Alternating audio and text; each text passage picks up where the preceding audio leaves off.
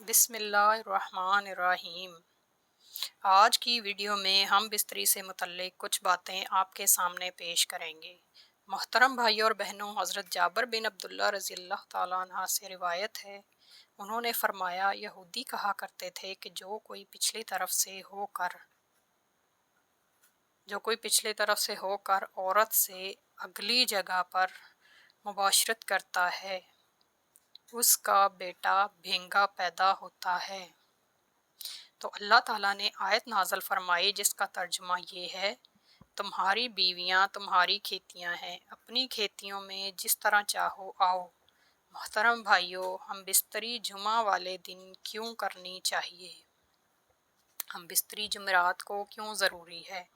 جمعہ کا دن ہم بستری بھی ایک خاص دن ہے۔ ہم بستری جمعہ کے دن کرنے کے فائدے اس ویڈیو میں آپ کے سامنے پیش کریں گے۔ حضرت علی رضی اللہ تعالیٰ عنہ نے فرمایا، ہر دن ایک سا ہوتا ہے، مگر جمعہ کا جو دن ہے وہ جمعرات سے بھی زیادہ تر افضل ہے۔ حضرت عائشہ صدیقہ رضی اللہ تعالیٰ عنہ نے عرض کیا، یا رسول اللہ صلی اللہ علیہ وآلہ وسلم، عورتوں کو تو بہت سا ثواب مل گیا ہے، مردوں کے بارے میں بھی ارشاد فرمائیں۔ یہ سن کر نبی پاک صلی اللہ علیہ وآلہ وسلم مسکرائے اور فرمایا، مرد عورت کا ہاتھ پکڑ کر مانوس کرتا ہے تو اس کے لیے ایک نیکی لکھی جاتی ہے۔ جو مرد پیار سے اپنی بیوی کے گلے میں ہاتھ ڈالتا ہے تو اس کے ہاتھ لگانے میں 10 نیکیاں لکھی جاتی ہیں۔ جب وہ اپنی بیوی سے مباشرت کرتا ہے تو دنیا مافیہ سے افضل ہوتا ہے۔ جب غسل کرتا ہے تو بدن کے جس بال پر سے پانی گزر جاتا ہے اس کے لیے ہر بال کے بدلے نیکی لکھ دی جاتی ہے، اور غسل کرنے کے عوض میں جو چیز دی جاتی ہے وہ دنیاوی معافی سے بہتر ہوتی ہے، اور بے شک اللہ تعالیٰ اس پر فخر کرتا ہے اور فرشتوں سے کہتا ہے، میرے بندے کی طرف دیکھو کہ ایسی سرد رات میں بھی غسل جنابت کے لیے اٹھا ہے، اور اس بات پر یقین رکھتا ہے کہ میں اس کا رب ہوں۔ تم اس بات پر گواہ رہو کہ میں نے اس کو بخش دیا۔ جمعرات اور جمعہ کو ہم بستری اور غسل کرنے کی ترغیب اس لیے دی گئی ہے کیونکہ مردوں کو نماز جمعہ کی ادائیگی کے لیے جامع مسجد جانا ہوتا ہے، تاکہ آتے جاتے کہیں نظر پڑنے سے طبیعت میں کسی قسم کی شہوت پیدا نہ ہو، اور خواہش نفس سے اطمینان ہونے کے سبب نماز اور خطبہ میں دل جمی حاصل ہو جائے۔ حدیث نبوی ہے کہ مرد کا اپنی بیوی کے ساتھ اکٹھے ایک بستر میں سونا افضل ہے، یہ کہ کسی ایک کو عذر ہو۔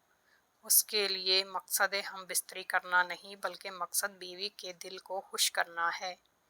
بیوی کے دل کو خوش کرنے کے لیے ایام کے دنوں میں بھی اس کے قریب رہو۔ گویا انبیاء علیہ السلام کی سنت ہے، بیوی سے ہم بستری یعنی جماع کے لیے دن کی بنسبت رات کا وقت زیادہ اچھا ہے، اور اسلامی مہینوں کے پہلے 15 اور آخری رات کے علاوہ باقیہ راتوں میں ہم بستری کرنا چاہیے، کیونکہ روایات کے معلوم ہوتا ہے کہ ان 3 راتوں میں شیاطین زمین پر سے زیادہ پھیلتے ہیں۔ اور ہفتے کے دن اعتبار سے جمعہ کی شب میں بعض فقہاء نے جماع یعنی ہم بستری کو مستحب کر لکھا ہے، اور شب میں بھی شروع حصے کی بنسبت شب آخری حصہ زیادہ مناسب ہے۔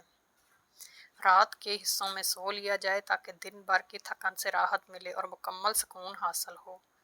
اور ایک فائدہ یہ بھی ہے کہ رات کا تھوڑا سا حصہ ہی جنابت یعنی ناپاکی اس میں گزرے گا، البتہ رات کا اتنا آخری حصہ بھی نہ ہو کہ پھر دوبارہ آرام کا وقت نہ رہے۔ کچھ دیر اس کے بعد آرام کر لینا چاہیے۔ جب خاوند اپنی بیوی کے پاس آنے کی حاجت ہو تو اس کا طریقہ یہ ہے کہ بیوی کے ساتھ کمرے میں اس وقت اور کوئی نہ ہو، حتیٰ کہ شیر خوار بچہ بھی نہ ہو۔ وہاں اگر بچہ سویا ہوا ہو تو کوئی مضائقہ نہیں، شریعت نے میاں بیوی کو اختیار دیا ہے کہ وہ دن میں یا رات میں کسی بھی حصے میں مباشرت یا ہم بستری کا سر انجام دے سکتے ہیں۔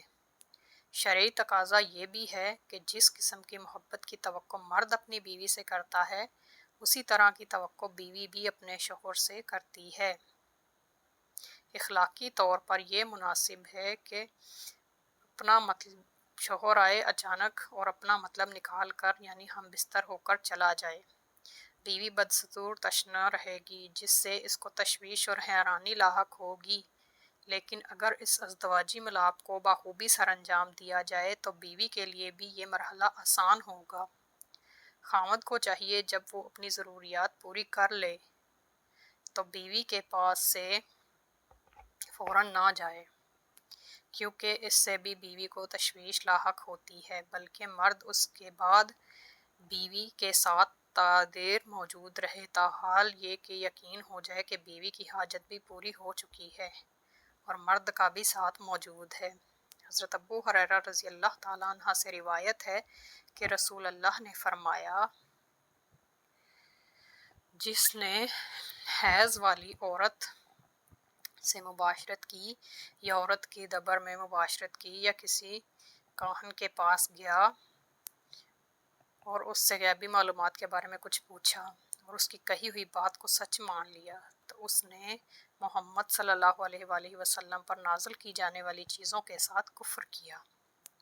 حضرت عبداللہ بن عباس رضی اللہ تعالیٰ عنہ سے روایت ہے، انہوں نے فرمایا جب کوئی شخص حیض کی حالت میں بیوی سے مباشرت کر لیتا تو نبی اکرم صلی اللہ علیہ وآلہ وسلم اسے آدھا دینار صدقہ کرنے کا حکم دیتے، اور دعا ہے کہ اللہ تعالیٰ میرا سنانا اور آپ کا سننا بارگاہ الہی میں قبول و منظور فرمائے، آمین ثم آمین۔ ویڈیو اچھی لگی ہو تو اللہ کا نام کمنٹ